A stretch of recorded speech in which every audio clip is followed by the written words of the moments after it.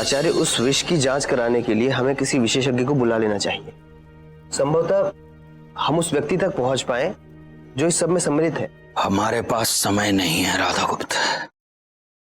वो हत्यारा यही कहीं होगा और दूसरा प्रयास करने के लिए अत्यंत व्याकुल हो रहा होगा। उससे पहले कि वो प्रयास करे उसे ढूंढना होगा। कहीं से भी ढूंढो उसे। किंतु आचार्य, जब हमें ज्ञात ही नहीं है कि वो व्यक्ति कौन है तो हम उसे रोकेंगे कैसे? आचार्य, हमें ये तो पता करना ही होगा कि अशोक के पीछे है कौन। यदि तुम्हें किसी को विष देना है तो तुम्हारे पास सरल मार्ग कौन सा होगा? भोजन में मिश्रित करके।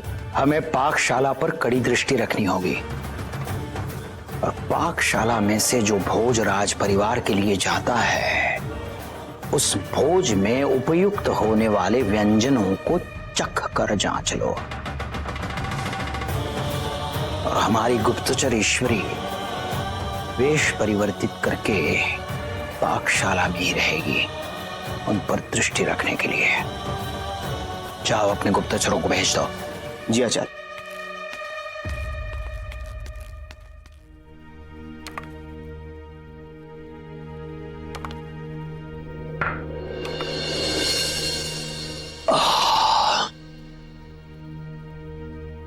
ईश्वर, इस वृद्धावस्था में अब शक्ति भी क्षीण होती जा रही है।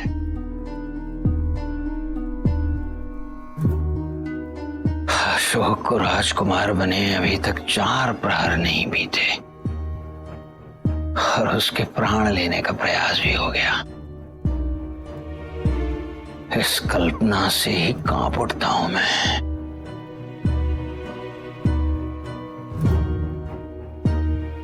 सिंहासन तक पहुंचते पहुंचते अशोक के साथ क्या क्या घटेगा।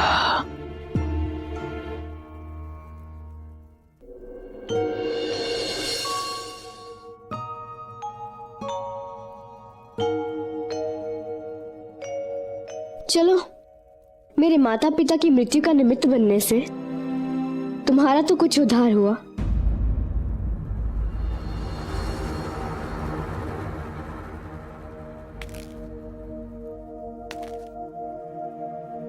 यदि आप मुझे मारना चाहती हैं तो तलवार से मार लीजिए, किंतु इस प्रकार अपने शब्दों से नहीं। आपको जो दुख हुआ है उसे कम करने हेतु ना मैं कुछ कह सकता हूं ना कर सकता हूं, किंतु आपके मुख पर वही मुस्कान लाने के लिए यदि मैं कुछ कर पाऊं तो अवश्य कर सकूंगा।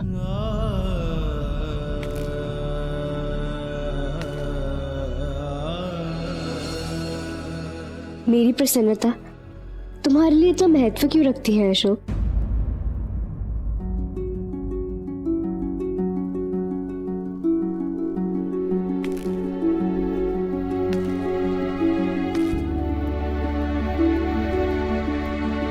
मित्रों को एक दूसरे की प्रसन्नता प्रिय होती है। केवल इसलिए कि मैं मित्र हूं? नहीं, केवल इसलिए नहीं। आपके जीवन में जो भी दुख आए हैं उसमें कहीं ना कहीं मैं भी उत्तरदायी हूं। मेरे कारण आपके पिता पकड़े गए, फिर आपकी माता राजकुमारी। मेरे कारण आपने अपने जीवन में जो कुछ भी खोया है उसे तो मैं लौटा नहीं सकता, किंतु आपके लिए यदि मैं कुछ कर पाया तो मुझे प्रसन्नता होगी। कुछ भी अर्थात? कुछ भी अर्थात सब कुछ।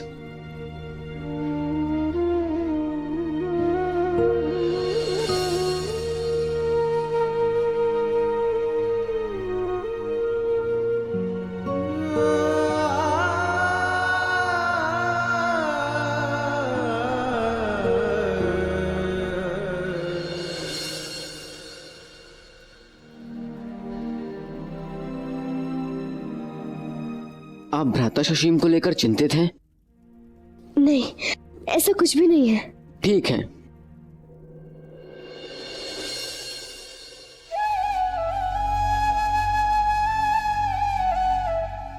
तो फिर यही बात मेरी आंखों में देखकर बोलिए।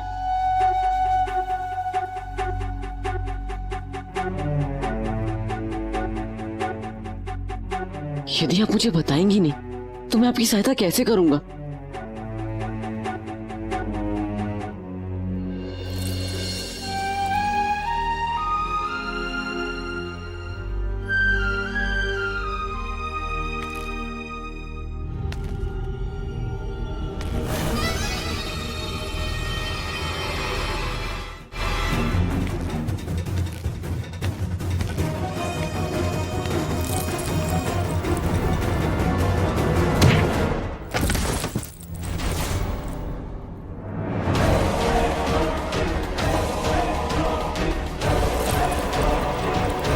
मेरी होने वाली पत्नी को छूने का दुस्साहस कैसे किया तुमने? भ्राता, जैसा आप समझ रहे हैं वैसा कुछ नहीं है।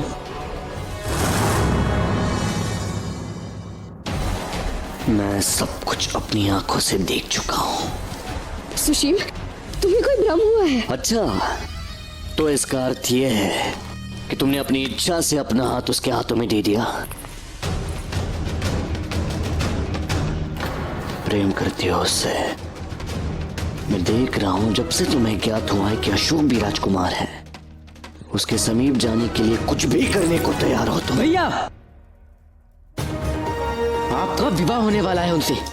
ऐसे शब्द, ऐसे विचार उपयुक्त नहीं है आपके लिए। मतलब मैं कुछ सोच नहीं सकता, मैं कुछ कह नहीं सकता, और तुम दोनों जो चाहे वो कर सकते हो। और ये सब देख के भी मैं अनदेखा करता रहूं? नहीं, सब समझ में आ रहा है मुझे। ये मुझसे छुटकारा पाना चाहती है, इसलिए तुम्हें पकड़ रही है। और अशोक को भी एक राजकुमारी के साथ विवाह करने का अवसर मिल जाएगा, पर मैं ऐसा नहीं होने दूंगा। कितनी गिरी हुई सोच है तुम्हारी। मेरे बारे में मत सोचो, स्वयं के बारे में सोचो। अनाथ हो तुम, क्यों भूल जाती हो बार बार? तुम्हें यहाँ रख के हम तुम पे उपकार कर रहे हैं। आप नहीं अशोक, इसे जो बोलना है इसे बोलने दो। मुझे मेरे दुर्भाग्य पर जितना विश्वास होगा उतना अच्छा है। जो दूसरों के टुकड़ों पे पलते हैं ना, उन्हें सपने देखने का अधिकार नहीं होता। और तुम ये मत भूलना, तुम अभी मेरे टुकड़ों पे जी रहे हो।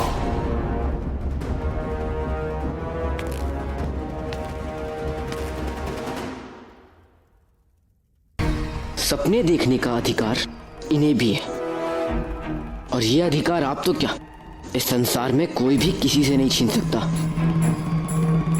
निकल जाओ यहाँ से। ये कक्ष राजकुमारी अहंकारा का है, इसलिए आपको कोई अधिकार नहीं है मुझे यहाँ से निकालने का। मैं उसका होने वाला पति हूँ। इसका अर्थ ये नहीं हुआ कि इनके जीवन पर आपका स्वामित्व है। चुप कर जाओ तुम दोनों।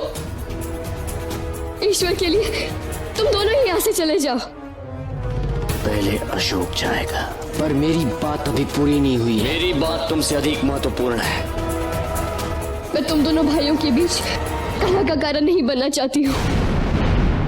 आप मेरे बड़े भाई हैं और मैं इस मर्यादा का उल्लंघन नहीं करना चाहता, पर किसी दिन मुझे इतना विवश मत कर दीजिएगा कि मैं स्वयं को रोक ना पाऊं।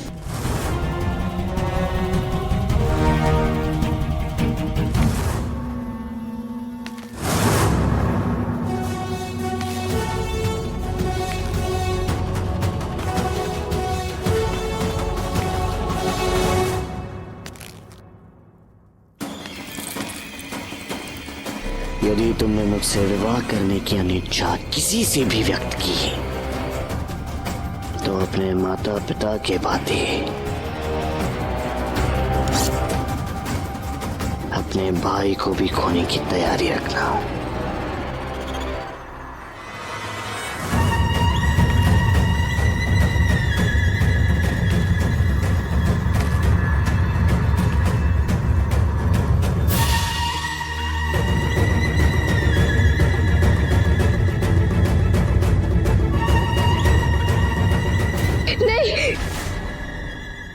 उससे कुछ मत करना, मैं किसी से कुछ भी नहीं कहूंगी।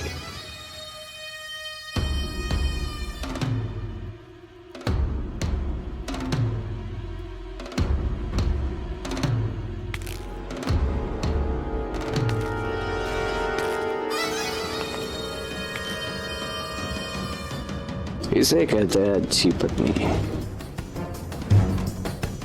ऐसी ही रहना।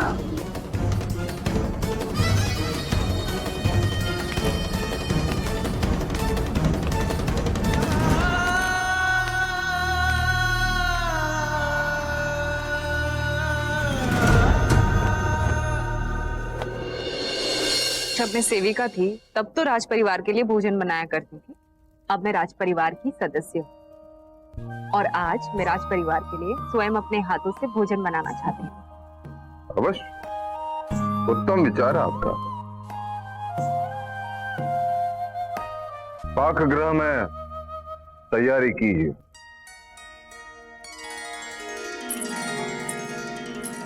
मुझे प्रसन्नता है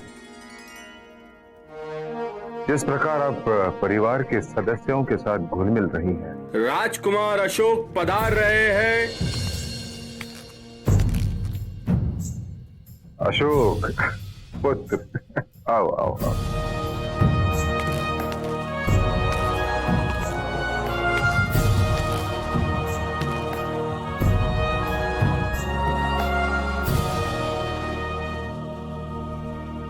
क्या हुआ पुत्र, इतने उद्विग्न क्यों हो? किसी ने कुछ कहा तुम्हें? कोई बात हुई? हाँ, बहुत बड़ी बात हो गई और हमें उसे प्राथमिकता देनी होगी, अन्यथा किसी का जीवन नष्ट हो जाएगा। किसके विषय में कह रहे हो? राजकुमारी अहंकारा, वो भ्राता सुशीम से विवाह नहीं करना चाहती। क्या? क्या अहंकारा ने कहा तुम्हें? उन्होंने मुझसे कहा तो नहीं, किंतु इतना अवश्य कहा है कि उनकी मां उन्हें एक मोहरे के रूप में उपयोग कर रही थी। मैं उसकी मनोदशा समझ सकता हूं। महारानी चारुमित्रा ने कहा, इसलिए मैंने ये प्रस्ताव स्वीकार कर लिया। उन्होंने कहा था कि सुशीम और अहंकारा एक दूसरे से प्रेम करते हैं, विवाह करना चाहते हैं। किंतु जब मैंने विवाह की घोषणा की, मुझे लगा अहंकारा प्रसन्न थी। या प्रसन्न दिखने का प्रयास कर रही हूं। आपने जो भी कहा ना, इसी बात से मुझे मेरे एक मित्र का स्मरण हुआ। अशोक, अशोक। अब मैं भी देखता हूँ तुम कैसे नीति हो। राजकुमार,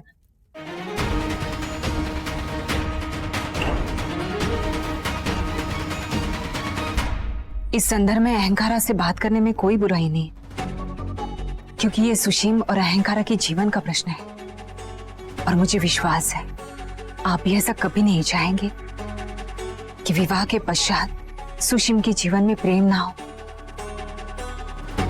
सुझाव अच्छा है। राजकुमार अहंकारा से कहें कि हम उनसे भेंट करना चाहते हैं। जी सम्राट।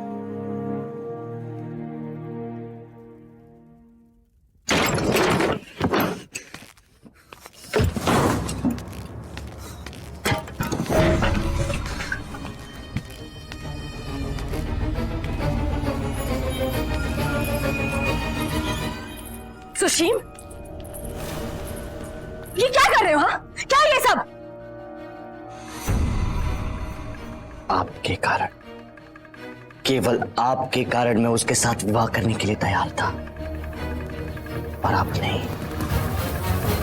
अब मैं स्वयं का अपमान नहीं सह सकता। अपमान? उसे तुम्हारा अपमान किया? वो मुझसे अधिक उस अशोक को महत्व देती है। ये मेरा अपमान नहीं तो और क्या है? वो उस अशोक को बताने जा रही थी कि वो मेरे साथ विवाह नहीं करना चाहती। ये तो अच्छा हुआ कि मैं उचित समय पर पहुंच गया और बात को टाल दिया। मैंने उसे चेतावनी दी है। यदि वो ये बात मूर्ख, उसे चेतावनी देने से क्या लाभ होगा? यदि अशोक ने तुम्हारे पिताजी को कुछ भी कहा और तुम्हारे पिताजी ने उसकी बातों में आकर अपना निर्णय बदल दिया, तो उज्जैनी के समर्थन से तुम वंचित हो जाओगे और सिंहासन से भी।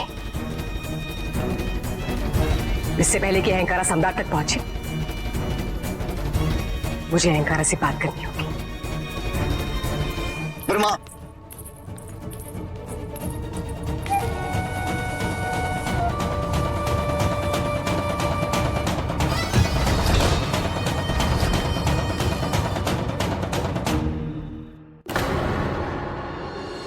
विकल्प तो तभी संभव है पुत्री, जब तुम निसंकोच हमें सब कुछ बता दो।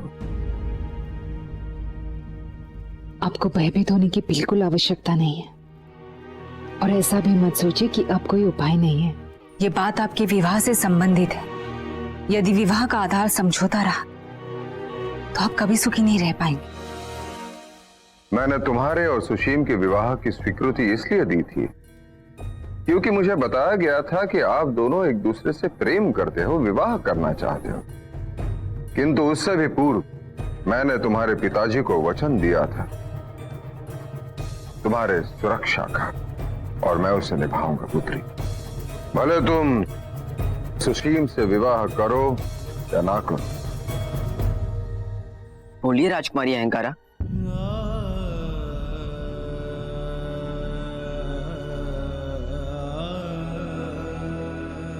एक शत्रु को मित्र के रूप में स्वीकार करना, उसे शरण देना, उसके लिए विशाल हृदय की आवश्यकता होती है। और आप सभी ने मुझे अपनी बहू के रूप में स्वीकार करने का निर्णय लिया है, और ये किसी के लिए भी सम्मान और सौभाग्य की बात होनी चाहिए। इस जीवन काल में यदि मैं इस ऋण को अंश मात्र भी चुका सकी तो मैं समझूंगी कि मेरा जीवन सफल हुआ। हाँ, ये सत्य है कि एक समय ऐसा भी था जब मैं सुशीम से बहुत प्रेम करती थी, पर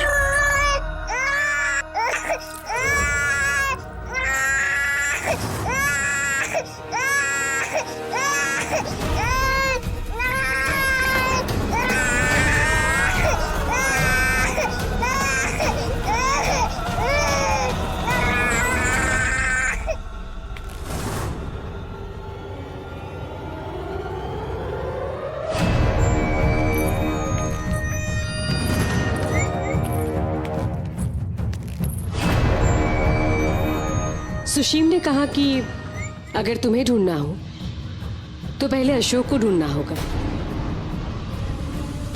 तुम दोनों की मित्रता भी अद्भुत है।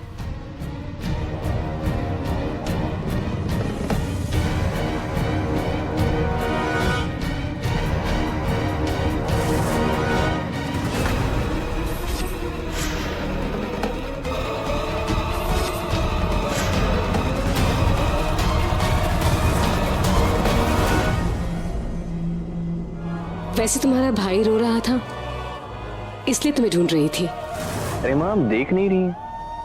अहंकारा पिताजी महाराज के साथ बात करने में व्यस्त है। चलो कोई बात नहीं, लाइए मैं इसे संभाल लेता हूँ। आखिर इसके लिए मैं भी तो उत्तरदायी हूं ना।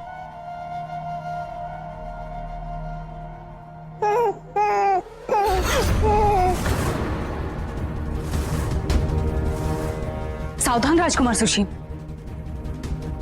दायित्व स्वीकारने के पश्चात उसका निर्वाह करना भी आवश्यक होता है। रानी धर्मा, तो क्या आप ये कहना चाहती हैं कि मेरा पुत्र अपने दायित्व उठाने के योग्य नहीं? नहीं महारानी, मेरा वो आशय नहीं था। अहंकारा, तुम क्या कह रही थी? अपनी बात पूरी करो।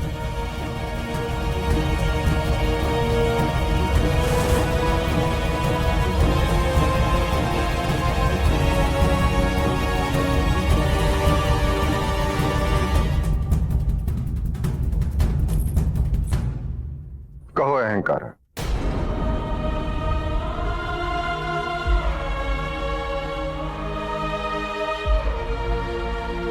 तो मैं ये कह रही थी कि एक समय था जब मैं सुशीम से प्रेम करती थी,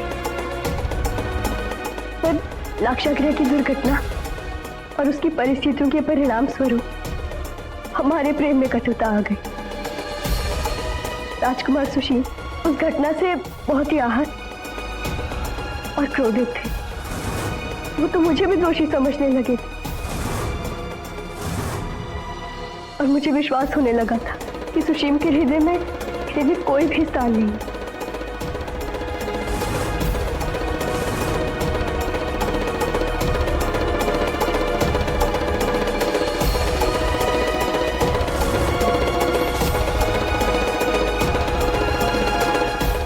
पर मेरा भ्रम था।